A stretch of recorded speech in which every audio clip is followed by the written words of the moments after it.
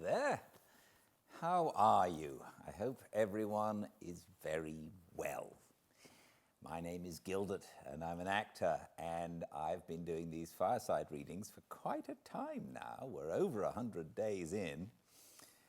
We've read several books and we're in the middle of Jeeves and Wooster, the story called The Inimitable Jeeves, one of the first Jeeves and Wooster stories. Actually, it's an amalgamation of several short stories which P.G. Wodehouse put together early on in the life of Jeeves and Wooster, I think after he realized that they were so much fun. He went on to write many books about them. And where we are at is currently Jeeves and Wooster are in New York. They've gone there to escape Aunt Agatha. There's been hijinks with Cyril Bassington. That has been resolved. Cyril has gone away. And I think Bertie feels like the coast is clear and he might just return home. So welcome to a fireside reading of The Inimitable Jeeves. Chapter 11. Comrade Bingo. The thing really started in the park at the Marble Arch end, where weird birds of every description collect on Sunday afternoons and stand on soap boxes and make speeches. It isn't often you'll find me there, but it so happened that on the Sabbath after my return to the good old Metrop, I had a call to pay in Manchester Square, and taking a stroll round in that direction so as not to arrive too early, I found myself right in the middle of it. Now that the Empire isn't the place it was, I always think the park on a Sunday is the centre of London, if you know what I mean. I mean to say that's the spot that makes the returned exile really sure he's back again.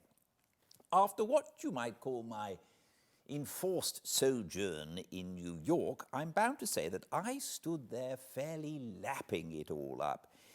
It did me good to listen to the lads giving tongue and realise that all had ended happily and Bertram was home again.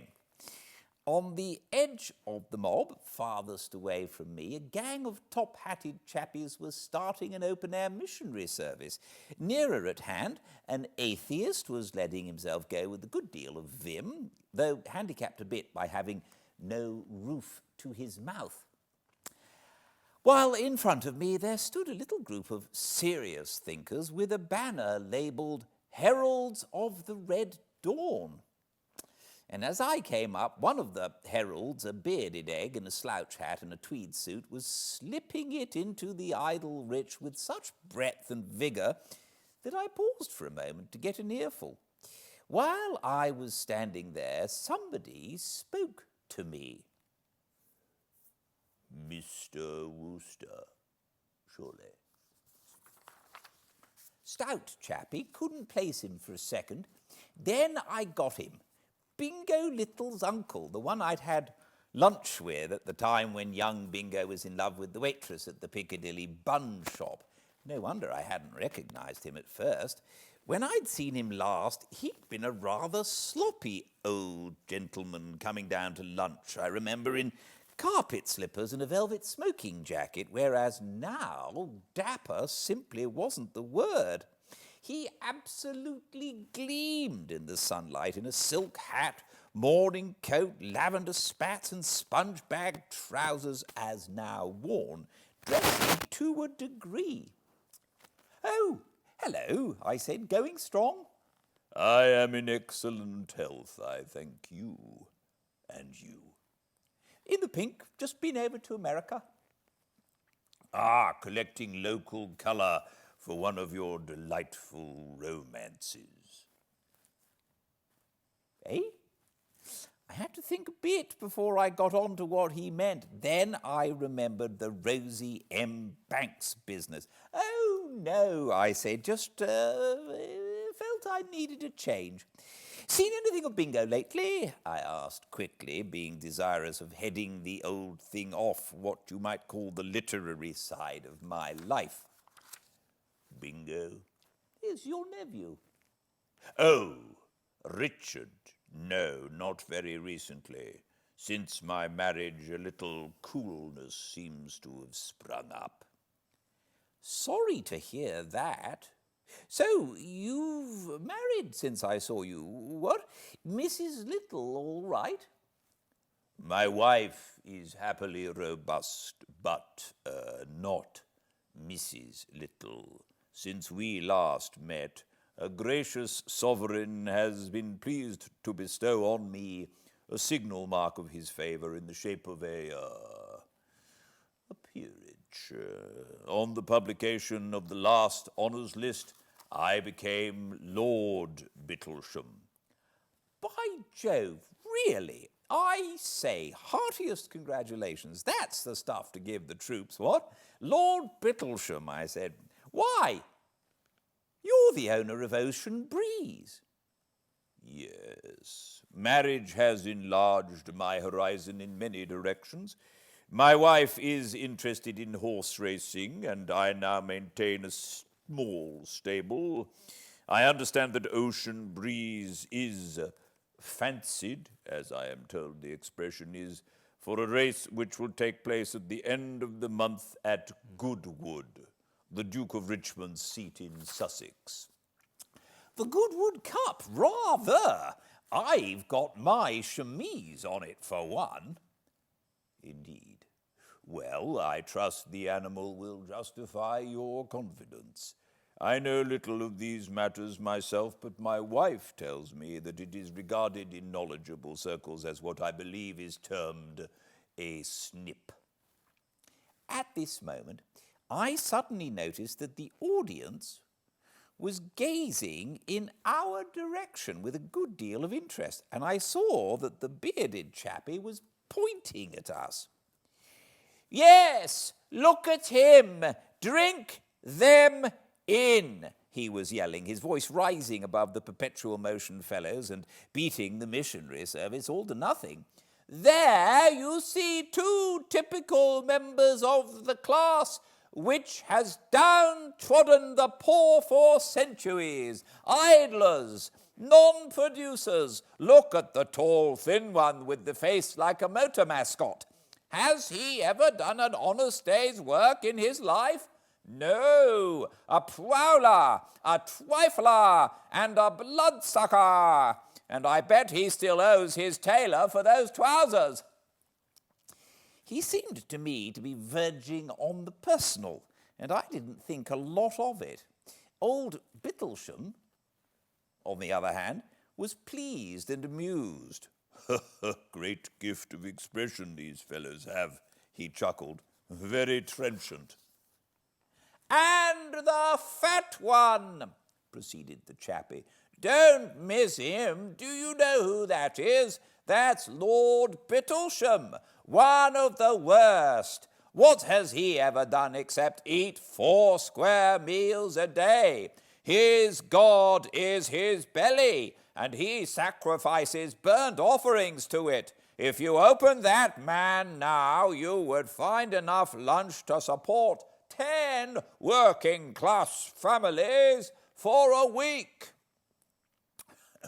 You know, that's rather well put, I said, but the old boy didn't seem to see it. He had turned a brightish magenta and was bubbling like a kettle on the boil. Come away, Mr. Wooster, he said. I am the last man to oppose the right of free speech, but I refuse to listen to this vulgar abuse any longer. We legged it with quiet dignity, the chappie pursuing us with his foul innuendos to the last. Dashed embarrassing.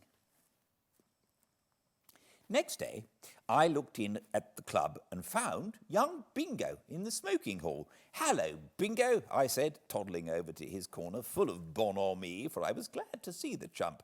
How's the boy? Jogging along. I saw your uncle yesterday. Young Bingo unleashed a grin that split his face in half. I know you did, you trifler. Well, sit down, old thing, and suck a bit of blood. How's the prowling these days? Good Lord, you weren't there. Yes, I was. I didn't see you. Yes, you did. But perhaps you didn't recognize me in the shrubbery. The shrubbery? The beard, my boy. Ha ha! Worth every penny I paid for it. Defies detection. Of course, it's a nuisance having people shouting beaver at you all the time, but one's got to put up with that. I goggled at him. I don't understand. It's a long story. Have a martini or a small Gorn soda, and I'll tell you all about it. Before we start, give me your honest opinion. Isn't she the most wonderful girl you ever saw in your puff? He had produced a photograph from somewhere, like a conjurer taking a rabbit out of a hat, and was waving it in front of me. It appeared to be a female of sorts, all eyes and teeth. Oh, great Scott, I said, don't tell me you're in love again. He seemed aggrieved. What do you mean, again? Well, to my certain knowledge, you've been in love with at least half a dozen girls since the spring, and it's only July now. There was that waitress and Honoria Glossop and, oh, tush, not to say pish, those girls, mere passing fancies. This is the real thing. Where did you meet her? On top of a bus. Her name is Charlotte Corday Rowbottom. My God. It's not her fault, poor child. Her father had her christened that because he's all for the revolution, and it seems that the original Charlotte Corday used to go about stabbing oppressors in their baths, which entitles her to consideration and respect. You must meet old Rowbottom, Bertie. A delightful chap, wants to massacre the bourgeoisie, sack Park Lane, and disembowel the hereditary aristocracy. Well, nothing could be fairer than that, what? But about Charlotte, we were on top of the bus and it started to rain and I offered her my umbrella and we chatted of this and that. I fell in love and got her address, and a couple of days later I bought the beard and toddled round and met the family. But why the beard? Well, she had told me all about her father on the bus, and I saw that to get any footing at all in the home, I should have to join these Red Dawn blighters, and naturally, if I was to make speeches in the park, where at any moment I might run into a dozen people I knew, something in the nature of a disguise was indicated. So I bought the beard, and by Jove, oh boy, I've become dashed attached to the thing. When I take it off to come in here, for instance, I feel absolutely nude. It's done me a lot of good with old Rowbottom. He thinks I'm a Bolshevist of sorts who has to go about disguised because of the police. You really must meet old Rowbottom, Bertie. I tell you what. Are you doing anything tomorrow afternoon? Nothing special? Why? Good. Then you can have us all to tea at your flat.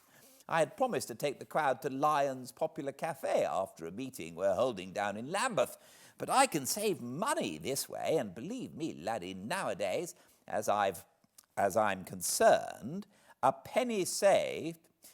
Nowadays, as far as I'm concerned, a penny saved is a penny earned. My uncle told you he'd got married? Yes, and he said there was a coolness between you. Coolness? I'm down to zero. Ever since he married, he's been launching out in every direction and economizing on me. I suppose that peerage cost the old devil the deuce of a sum.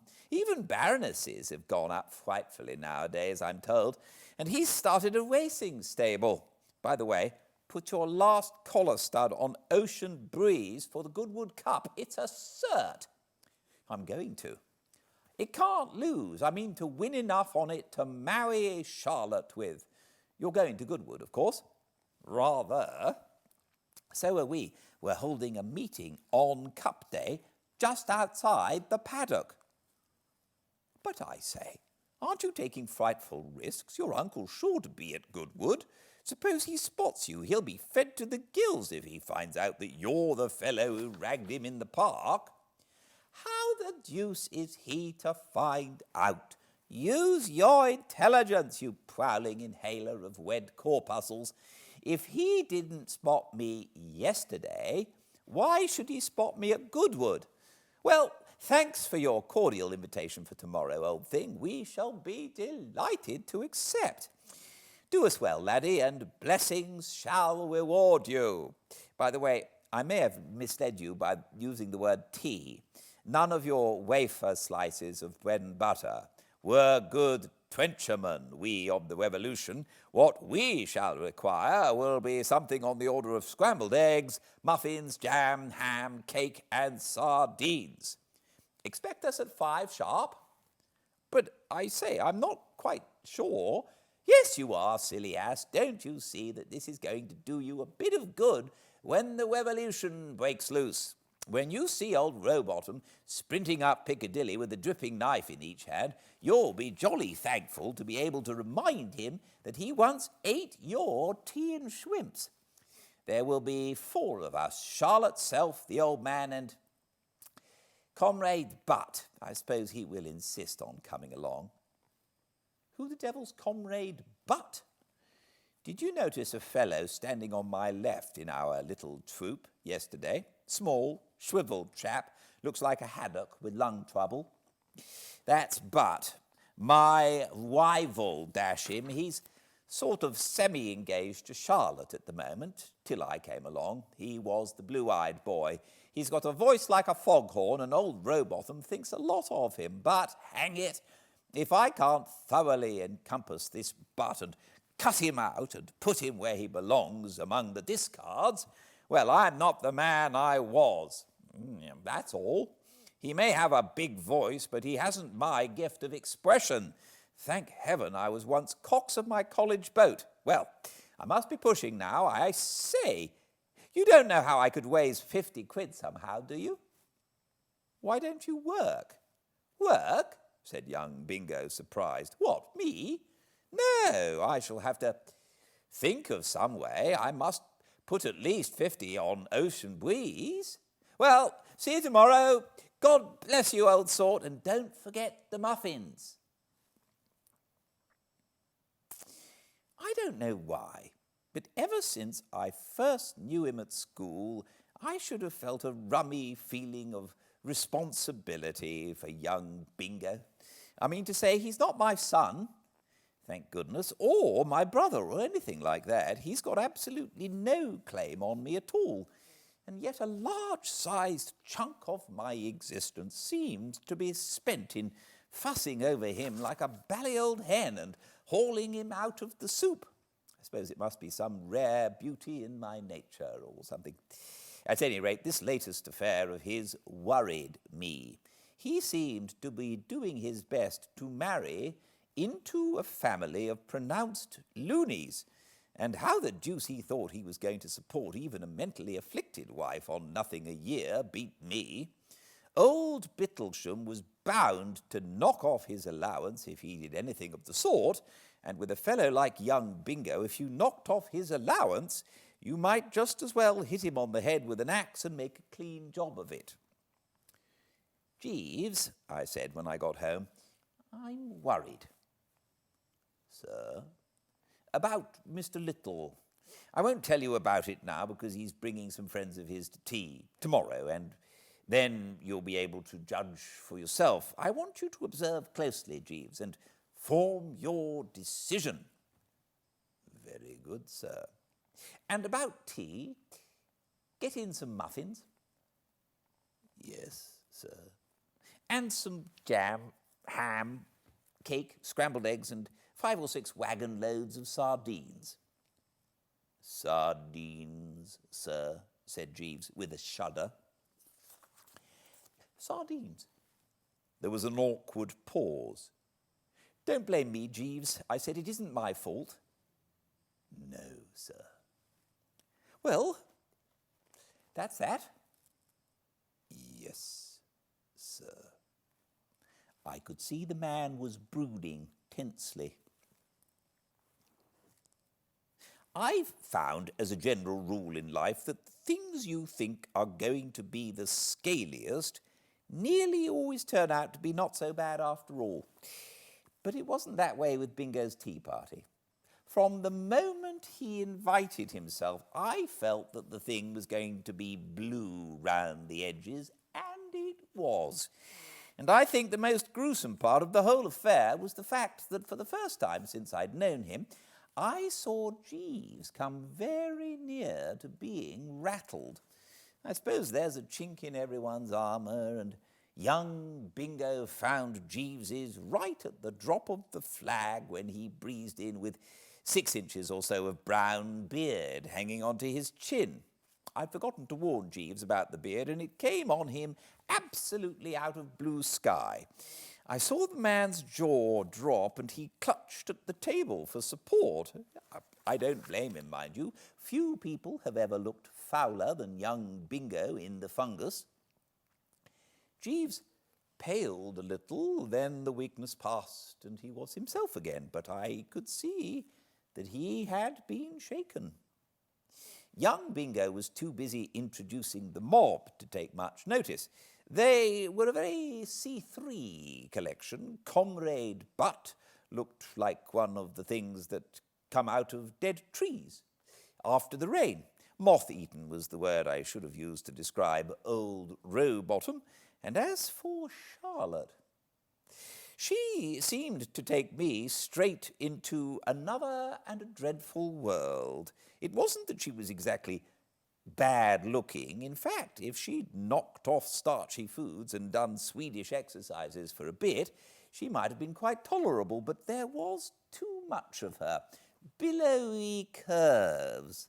Well-nourished, perhaps, expresses it best.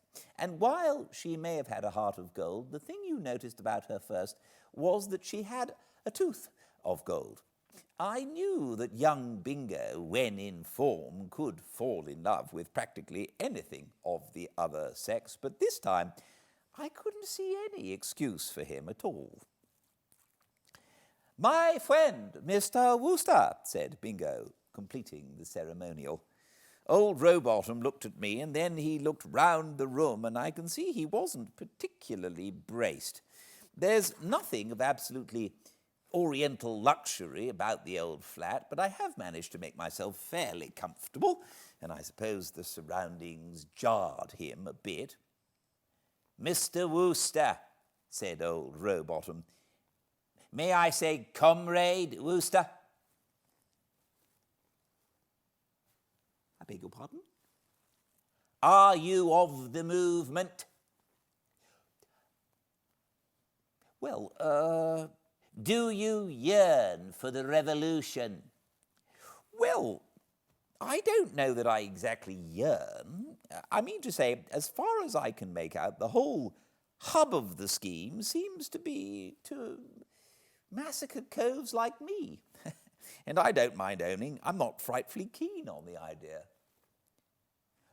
"But I'm talking him wound," said Bingo. "I'm wrestling with him. A few more shock treatments ought to do the trick." Old Rowbottom looked at me a bit doubtfully. "Comrade Little has great eloquence," he admitted. "I think he talks something wonderful," said the girl. And young Bingo shot a glance of such succulent devotion at her that I reeled in my tracks. It seemed to depress Comrade Butt a good deal, too. He scowled at the carpet and said something about dancing on volcanoes. "Tea is served, sir," said Jeeves. "Tea, Pa," said Charlotte, starting at the word like the old war horse who hears the bugle. And we got down to it. Funny how one changes as the years roll on. At school, I remember, I would cheerfully have sold my soul for scrambled eggs and sardines at 5 p.m, but somehow, since reaching man's estate, I'd rather dropped out of the habit, and I'm bound to admit I was appalled to a goodish extent at the way the sons and daughters of the Revolution shoved their heads down and went for the foodstuffs. Even Comrade Butt cast off his gloom for a space and immersed his whole being in scrambled eggs, only coming to the surface at intervals to grab another cup of tea. Presently the hot water gave out and I turned to Jeeves. More hot water. Very good, sir. Hey, what's this? What's this? Old Rowbottom had lowered his cup and was eyeing us sternly. He tapped Jeeves on the shoulder. No civility, my lad, no civility. I beg your pardon, sir. Don't call me sir. Call me comrade. Do you know what you are, my lad? You're an obsolete relic of an exploded feudal system. Very good, sir. If there's one thing that makes the blood boil in my veins... Have another sardine? Chipped in young Bingo, the first sensible thing he'd done since I'd known him. Old Rowbottom took 3 and dropped the subject. And Jeeves drifted away. I could see by the look of his back what he felt. At last, just as I was beginning to feel that it was going on forever, the thing finished. I woke up to find the party getting ready to leave. Sardines and about 3 quarts of tea had mellowed old Rowbottom. There was quite a genial look in his eye as he shook my hand. I must thank you for your hospitality, Comrade Wooster, he said. Oh, not at all. Only too glad. Hospitality, snorted the man Butt, going off in my ear like a depth charge. He was scowling in a morose sort of manner at young Bingo and the girl who were giggling together by the window. I wonder the food didn't turn to ashes in your mouths. Eggs, muffins, sardines, all wrung from the bleeding lips of the starving poor. Oh, I say, what a beastly idea. I will send you some literature on the subject of the cause, said old Rowbottom, and soon, I hope, we shall see you at one of our little meetings.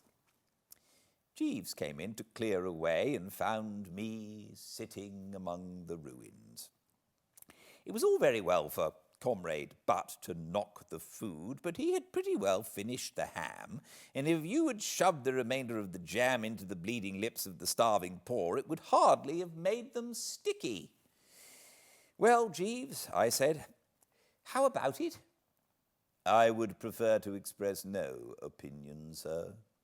Jeeves, Mr. Little is in love with that female. So I gathered, sir. She was slapping him in the passage. I clutched my brow. Slapping him? Yes, sir. Roguishly. Great Scott! I didn't know it has got as far as that. How did Comrade Butt seem to be taking it? Or perhaps he didn't see? Yes, sir. He observed the entire proceedings. He struck me as extremely jealous. I don't blame him, Jeeves. What are we to do? I could not say, sir. It's a bit thick. Very much so, sir. And that was all the consolation I got from Jeeves. Thank you so much for joining me, and have a lovely weekend. I look forward to seeing you tomorrow. Please be very well. Good night.